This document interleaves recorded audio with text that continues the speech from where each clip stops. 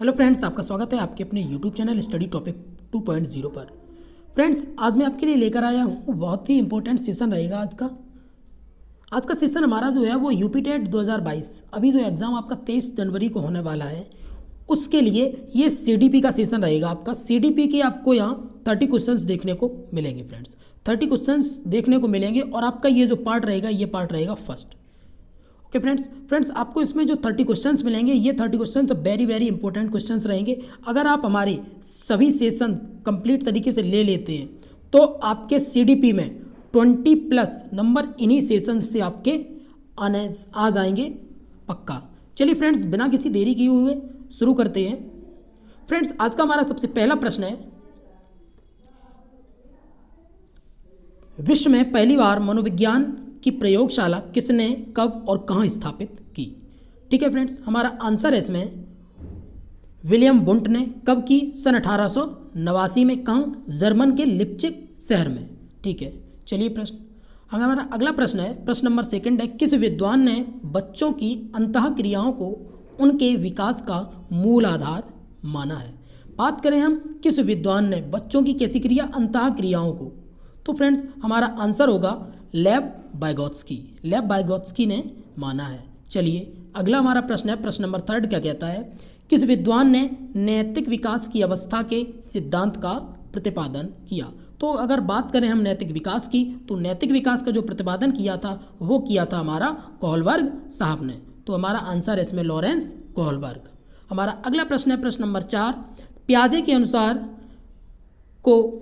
के अनुसार को बच्चा किस अवस्था में अपने परिवेश की वस्तुओं को पहचानने लगता है पूर्ण रूप से, एवं उनमें विभेद अंतर करने लगता है।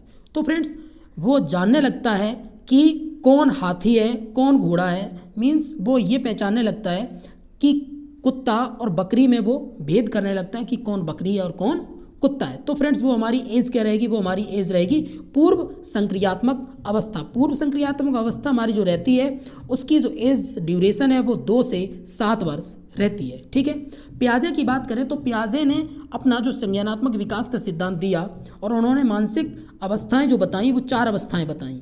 4 में हमारा पहली जो है वो है हमारी संवेदीगामक, सेकंड है पूर्व संक्रियात्मक, तीसरी है मूर्त संक्रियात्मक, चौथी हमारी अमूर्त या औपचारिक संक्रियात्मक अवस्था। फ्रेंड्स, आपको इसकी कंप्लीट वीडियो मिल जाएगी, डिस्क्रिप्शन में जाएंगे लिंक पड़ी होगी, आपको वहाँ से इसका एक कंप्लीट वीडियो मिल जाएगा जिसमें पियाजे को अच्छी तरीके से समझाया है। चलिए अगले क्वेश्चन पे चलते हैं। पियाजे ने किसी बच्चे के विचारों में नए विचारों के समावेश हो जाने को क्या कहा है। तो फ्रेंड्स, पियाजे ने उसको कहा है आत्मसातीकरण।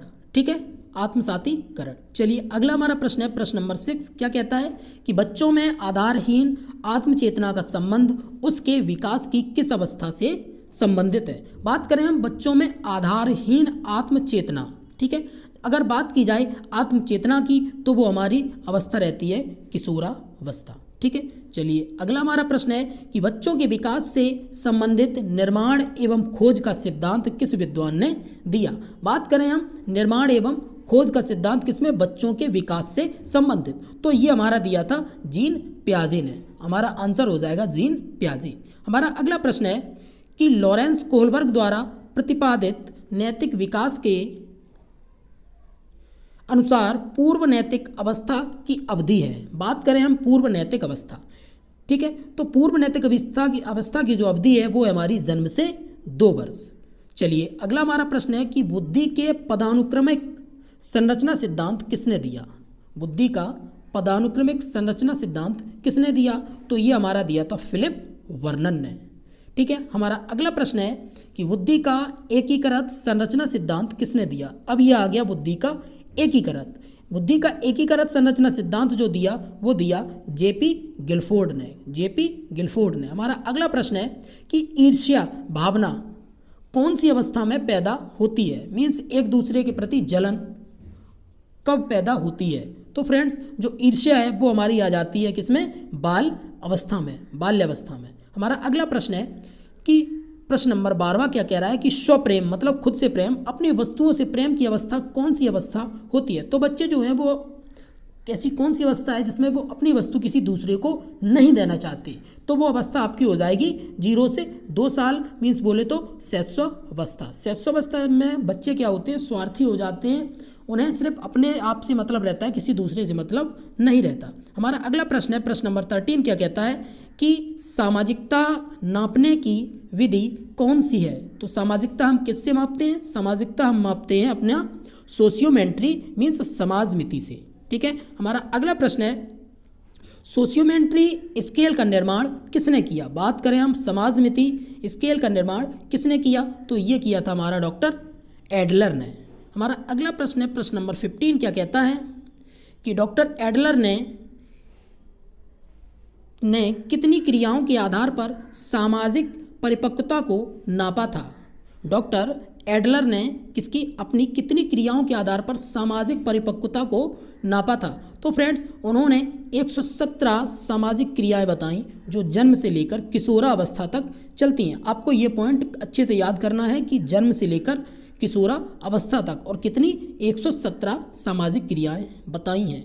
हमारा अगला प्रश्न है, प्रश्न नंबर 16 क्या कहता है कि बालक मानव ध्वनि एवं अन्य ध्वनि में अंतर करना कब सीख जाता है। कोई छोटा सा बच्चा है, वो क्या करता है, वो मानव ध्वनि में और अन्य ध्वनि मतलब वो अंतर करने लगता है कि ये हमारी मम्मी बुला रही हैं या किसी जानवर की आवाज़ है, किसी व्यक्ति की आवाज़ है। तो ये सब बच्चा सीख जाता है 1 माह में। ठीक है, चलिए अगला प्रश्न है हमारा, अंतर्मुखी एवं बहिर्मुखी से सामाजिक विकास किसका अधिक होता है। तो फ्रेंड्स बात करें हम कि अंतर्मुखी, एक व्यक्ति अंतर्मुखी है और एक व्यक्ति बहिर्मुखी है, इनमें से किसका सामाजिक विकास अधिक होता है। अगर बात की जाए सामाजिक विकास की, तो सामाजिक विकास होता है कि समाज के लोगों के साथ जिनका समन्वय अच्छा, मतलब समाज से अंतःक्रियाएं जो करते हैं उन्हीं का सामाजिक विकास अच्छा होता है, और जो समाज के साथ अंतःक्रिया करते हैं वो होते हैं हमारे बहिर्मुखी। ठीक है, तो हमारा आंसर हो जाएगा बहिर्मुखी। ठीक है फ्रेंड्स, हमारा अगला प्रश्न है, प्रश्न नंबर 18 क्या कहता है कि एरिक्सन ने अपने मनोसामाजिक सिद्धांत में जीवन काल को कितने अवस्था में बांटा है। हम बात करें एरिक्सन की, तो एरिक्सन ने अपने मनोसामाजिक सिद्धांत में जीवन काल को कितने अवस्था में बांटा है, तो उन्होंने 8 अवस्थाओं में बांटा है एरिक्सन ने। हमारा अगला प्रश्न है कि ज्ञानात्मक विकास नकल पर आधारित न होकर खोज पर आधारित होता है, यह कथन किसका है। ज्ञानात्मक विकास जो है वो नकल पर आधारित न होकर खोज पर आधारित होता है। मीन्स किसी व्यक्ति को आप रटा कर उतनी अच्छी तरीके से आप नहीं सिखा सकते जितना वो खुद से सीखता है। तो ये बात कहिए हमेशा, अगर जब भी बात खोज किया जाए तो जीन प्याजी हमारा आंसर रहने वाला है। हमारा अगला प्रश्न है, प्रश्न नंबर 20 क्या कहता है कि सामाजिक विघटन की क्रियाएं किसे कहते हैं। सामाजिक विघटन जो होता है वो क्रियाएं किन्हें कहते हैं। तो फ्रेंड्स जैसे कि सामाजिक आपका विघटन होगा वो किससे, तनाव रहेगा, आपका झगड़ा, लड़ाई, संघर्ष आदि को कहते हैं। क्योंकि फ्रेंड्स आपका किसी व्यक्ति में सामाजिक अगर संघर्ष, आपका जो सामाजिक विघटन है वो तभी होगा जब आप झगड़ालू व्यक्ति होंगे और आपके बीच में लड़ाई होगी, संघर्ष होगा, ये सब। चलिए अगला हमारा प्रश्न है, प्रश्न नंबर 21 क्या कहता है कि समाजीकरण की प्रक्रिया में कितने चरण होते हैं। बात करें हम समाजीकरण की, तो समाजीकरण प्रक्रिया में 3 चरण होते हैं। कौन कौन से 3 चरण हैं। पहला है समाज के नियमों को सीखना, क्योंकि अगर आप समाज के नियमों को अच्छी तरीके से नहीं सीखेंगे तो आप समाज में अच्छी तरीके से समायोजन नहीं कर पाएंगे। अगला है हमारा समाज के नियमों के अनुरूप व्यवहार करना, मीन्स उनके अनुरूप ही आप व्यवहार करें। और अगला हमारा सामाजिक अभिवृत्तियों का विकास। तो ये हमारे 3 चरण है। हमारा अगला प्रश्न है कि शिशु के मस्तिष्क का वजन कितना होता है। अगर बात करें हम शिशु के, तो शिशु के मस्तिष्क का जो वजन है वो होता है 350 ग्राम। ठीक है, हमारा अगला प्रश्न है, प्रश्न नंबर 23 क्या कहता है कि स्वस्थ मनुष्य के मस्तिष्क का वजन कितना होता है। मतलब जो व्यक्ति स्वस्थ है उसके मस्तिष्क का वजन कितना होता है, तो उसके मस्तिष्क का वजन आपको होता है 1400 ग्राम।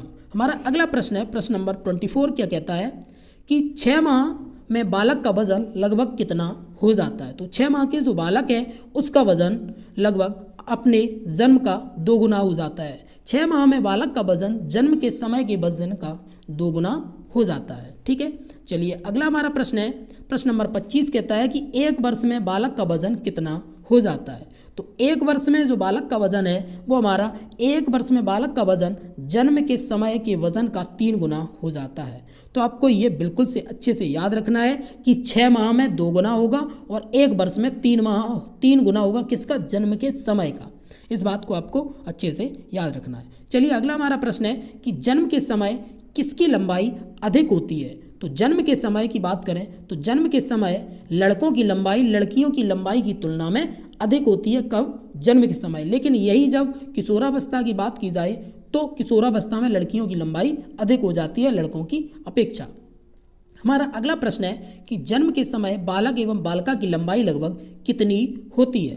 तो बात करें हम बालक की लंबाई, तो बालक की जो लंबाई है वो 20 इंच और बालिका की लंबाई है वो 19.5 इंच होती है। अगला हमारा प्रश्न है प्रश्न नंबर 28, क्या कहता है कि मानव के अस्थायी दांत जो होते हैं, मीन्स जो दूध के दांत होते हैं वो कितने होते हैं। अगर हम बात करें दूध के दांतों की तो दूध के दांत जो होते हैं उनकी संख्या होती है 20। कितनी होती है, 20 दूध के दांत होते हैं। अगला हमारा प्रश्न प्रश्न नंबर 29 कहता है कि मानव के स्थायी मीन्स जो दांत टिकाऊ होते हैं, मतलब दूध के दांत गिरने के बाद जो दांत स्थायी होते हैं वो कितने होते हैं। तो अगर हम बात करें स्थायी दांतों की तो स्थायी दांत हमारे होते हैं 12 स्थायी दांत होते हैं। हमारा अगला प्रश्न है कि किशोर अवस्था में कितने दांत आते हैं, मीन्स जब किशोरावस्था होती है तब कितने दांत आते हैं। तो 4 दांत आते हैं, इन्हें अकल की दाढ़ भी कहते हैं। आपने देखा होगा, हो सकता है कि किसी की अब अकल की दाढ़ आ रही हो, ठीक है, क्योंकि जब भी आप अभी अपनी किशोरावस्था क्रॉस कर चुके उसके बाद भी ये 4 दांत ही निकलते हैं जिन्हें हम अकल की दाढ़ कहते हैं। ठीक है फ्रेंड्स, तो ये थे हमारे आज के 30 मोस्ट इंपॉर्टेंट क्वेश्चंस।